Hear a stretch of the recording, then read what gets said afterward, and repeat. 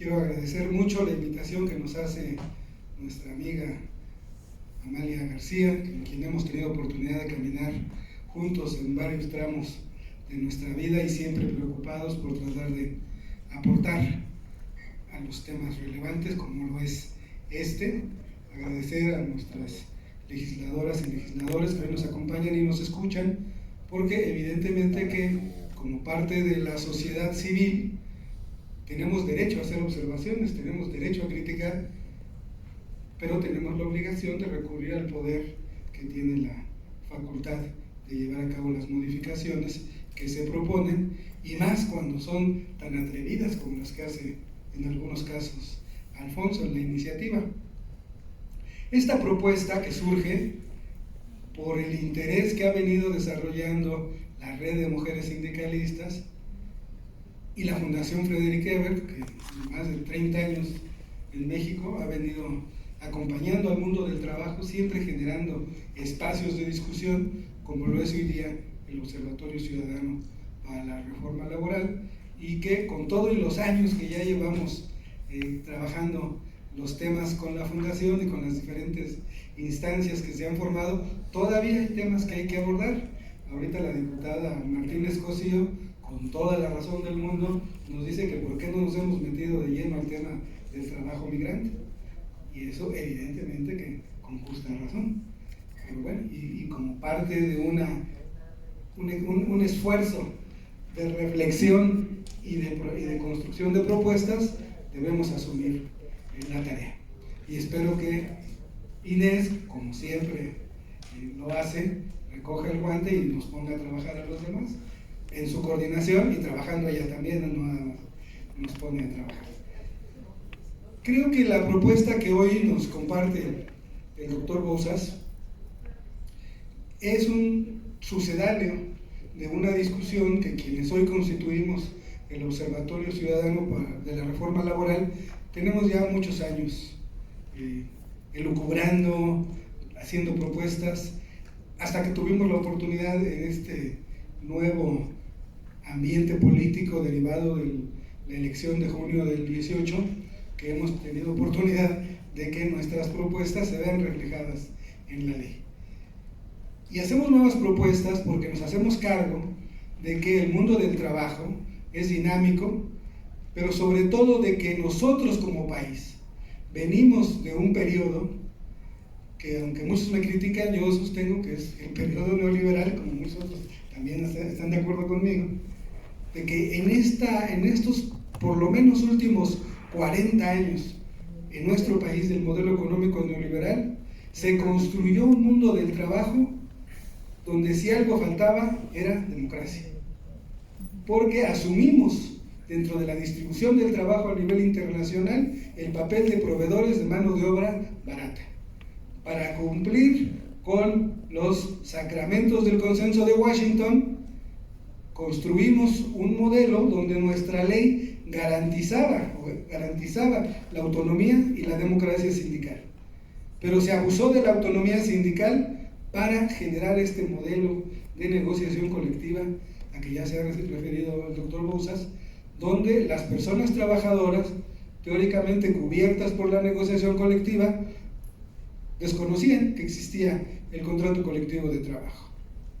Es decir, esos sindicatos o esas personas que eran dueñas de una toma de nota, porque no voy a decir ahora, hoy vemos que no eran sindicatos, ante el escenario que estamos viviendo de legitimaciones de contratos colectivos de trabajo, donde se dice, por decir un número intermedio, 500,000 contratos colectivos de trabajo, y que solo se hayan puesto a consideración de las personas trabajadoras 4,000, nos hacen ver que son contratos de suyo ilegítimos, que fueron firmados sin legitimación negocial.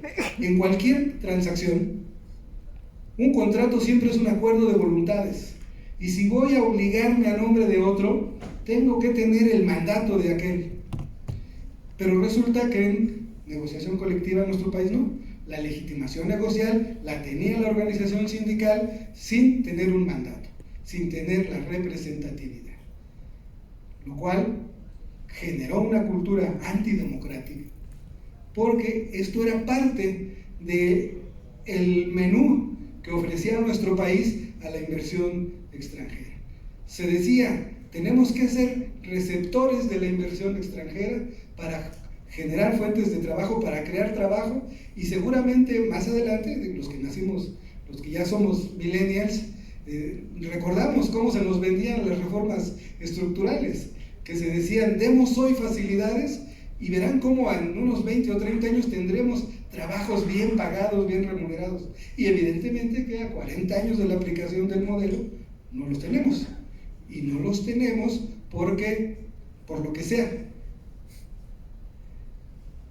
¿Y qué consecuencias ha traído? Bueno, pues que nuestro país tiene una pobreza laboral enorme, un margen de ganancia para las empresas mucho más grande que hasta lo que en los países desarrollados, y una inversión en salarios que es inferior, inversamente proporcional al de las ganancias, ¿no? Si observamos las estadísticas de Europa y de la OCDE, las empresas reparten ganancias entre sus accionistas el 70% de la utilidad en México, y en salarios el 30%. Y en la Unión Europea y en la OECD es a la inversa.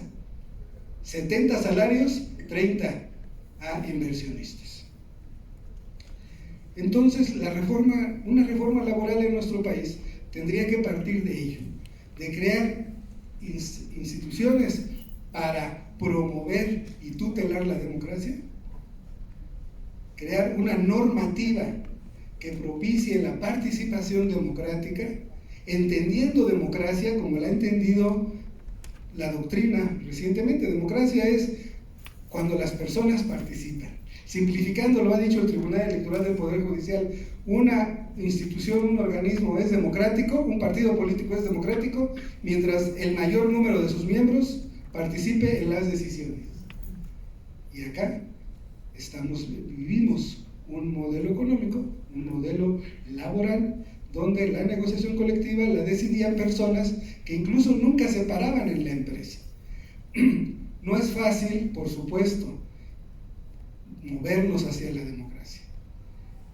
Cuesta mucho trabajo, que las propias personas trabajadoras entiendan que que tienen derecho y que pueden participar en la definición del contenido de su contrato colectivo de trabajo y en la integración de sus directivas sindicales.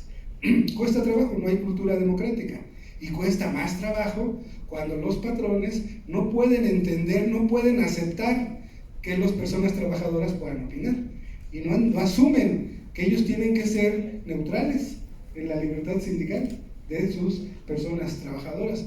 Vengo ahora mismo del estado de Puebla buscando ejecutar una sentencia donde se condena a una empresa a eso, a respetar el principio de neutralidad. Y hubo que explicárselo durante el juicio al abogado de la empresa en qué consistía la neutralidad, porque no lo asimilan. Pero esto implica que ya está caminando esta cultura democrática, que estamos construyendo sobre la base, digamos, de un piso que está en la ley, como quedó después de la reforma del 1 de mayo del 19, y que desde luego que habrá que modificar cosas, perfeccionar. Esto que nos hemos enfrentado ahora que hemos estado con la Fundación y con otras organizaciones de la sociedad civil, discutiendo, tratando de hacer del conocimiento de más gente la reforma, pues nos hemos encontrado con que los operadores reales del modelo, sindicatos incluso tradicionales, que buscan incorporarse a la reforma, incorporar prácticas democráticas, dice, bueno, nos encontramos ante fallas estructurales del sistema, que evidentemente no son culpa de la reforma, son culpa de la implementación, que necesitamos resolver desde la política pública, pero también desde la legislación. Y sobre todo, ya que estamos en la Cámara de Diputados y siendo facultad exclusiva de el presupuesto de egresos de la Federación, evidentemente que hace falta más presupuesto para poder implementar una reforma como la que nos hemos propuesto. Sobre todo por eso, porque no hay cultura democrática, porque nuestros contratos colectivos de trabajo son en su mayoría ilegítimos, lo cual nos dice que después del 1 de mayo del 23, cuando concluya el plazo en que debieran legitimarse los contratos, nos vamos a encontrar un número pequeñísimo, lo cual significa que vamos a tener todo un universo de personas trabajadoras sin representación sindical. Y se necesita que desde la política pública se haga conocer a esas personas qué derechos tienen, qué posibilidades existen para que se organicen, cómo se respeta, cómo se promueve desde el Estado ese ejercicio de esos derechos humanos laborales.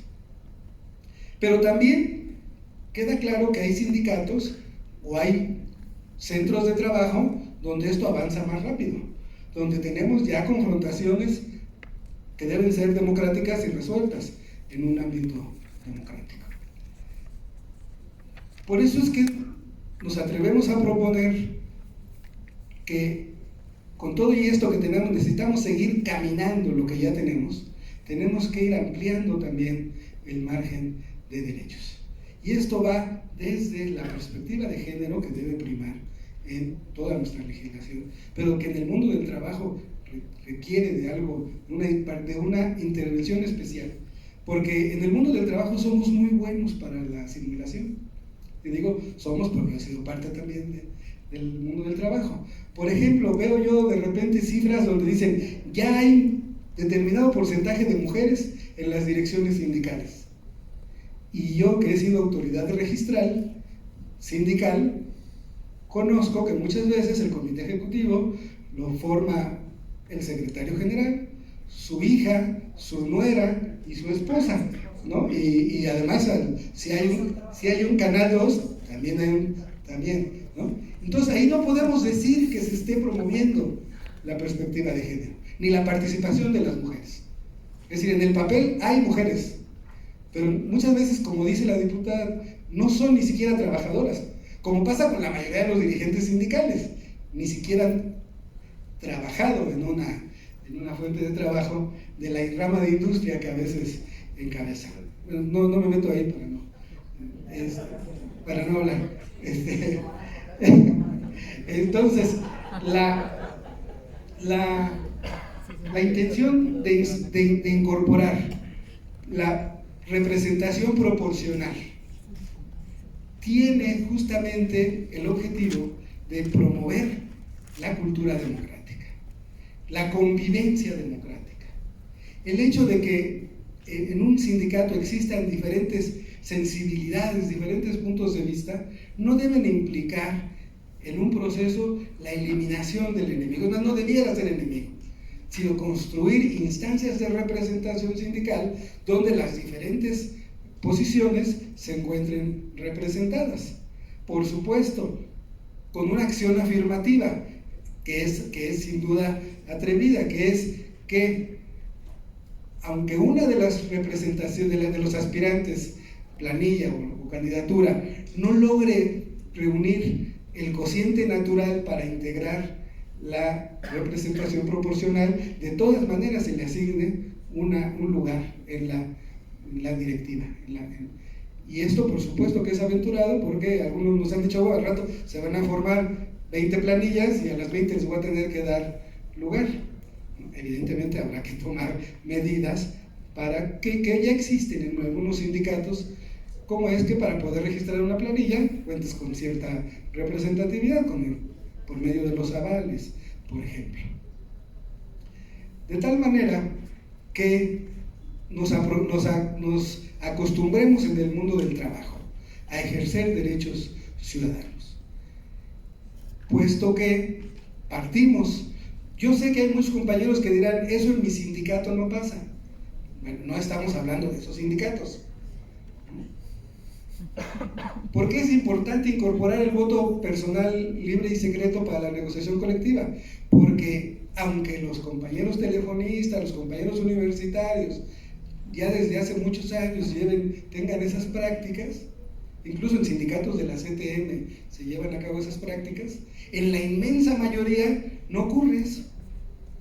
Y justamente eso es lo que se propone nuestra reforma. Y justamente eso es lo que pretendemos seguir desarrollando.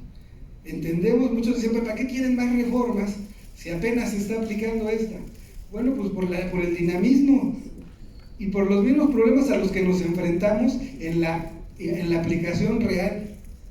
Tenemos que, por ejemplo, este tema de la neutralidad que las empresas no quieren asumir. Si bien la ley ya la sanciona, algo hay que hacer para que se haga efectivo. La pluralidad para nosotros es un tema que pareciera nuevo. Incluso hemos escuchado a algunos especialistas declarar en medios nacionales que ahora sí ya se va a poder tener varios sindicatos en una empresa, cuando eso, bueno, está en nuestra ley desde 1931. Lo que pasa es que no estamos acostumbrados a que se aplique, ¿no? Por ahí lo hemos visto todos. Entonces, aunque no es una novedad legislativa, sí es una novedad en la práctica.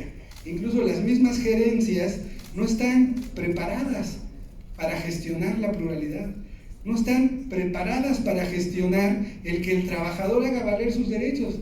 El derecho, por ejemplo, del 110 a que se le descuente o no la cuota, ¿no? En una empresa que conocemos un caso, que primero dice, bueno, sí, tráigamelo, se lo trae y luego lo llaman otra vez, pero ¿está convencido? ¿Está seguro? Sí, y bueno, y luego otra vez, oiga, ¿de veras es su firma? Ahora tráigame 2 testigos que digan que es su firma. ¿Y la empresa por qué va a hacer eso? Si la ley dice que el trabajador avise por escrito, estemos o no estemos de acuerdo con ello. Y esa es parte de lo que nos anima a seguir promoviendo la reforma vigente, ubicando las deficiencias que pudiera tener para seguir generando propuestas, ubicando los faltantes para generar propuestas como esta que hoy se hace por parte del doctor Bouzas, porque sí resulta un contrasentido que, siendo una ley que promueve el contrato ley, en la práctica sabemos que existen convenios que inaplican en los hechos el contrato ley. Y no nos oponemos a que existan. Lo que decimos es que debieran consultarse también con las personas trabajadoras. ¿Por qué? Porque al pretender promover la negociación colectiva por rama industrial, no se imponen las obligaciones del artículo 290 bis al contrato ley. Y eso permite que se continúe con esa práctica. Que no digo que sea ilegítima, no digo que sea ilegal. Digo que puede resultar inconstitucional si la leemos a la luz de la fracción 22 bis del apartado del 123. Pero más valdría precisarlo. Es parte de la negociación colectiva el reglamento interior de trabajo. Y entonces no entendemos que pueda celebrarse sin llevar a cabo esa consulta a las personas trabajadoras, porque se puede prestar a la inaplicación, ¿no? Antes, cuando se hablaba de los contratos de protección, incluso en algunas universidades llevaban la materia que se llama la inaplicación del pacto colectivo, ¿no? Es decir, les enseñaban a firmar contratos colectivos de protección. No sé si les enseñaban cuánto se cobraba, o no sé, nunca entendí qué era lo que les enseñaban. Porque justamente ese era el modelo, la inaplicación. Y hoy tenemos que promover la aplicación, la generalización de la práctica democrática, tanto en la vida cotidiana como en la ley. Porque ya hemos visto que si lo dejamos nada más en la ley, nos pasa lo que nos pasó en los últimos 50 años. Que aprovechando que nuestra ley era muy respetuosa de la autonomía sindical, se sacó de la vida sindical a la mayoría de las personas trabajadoras, en defensa de la autonomía sindical. Y en ese sentido es que la propuesta que venimos a presentar del doctor Bouzas tiene ese objetivo. Agradezco su atención, agradezco la invitación y nuevamente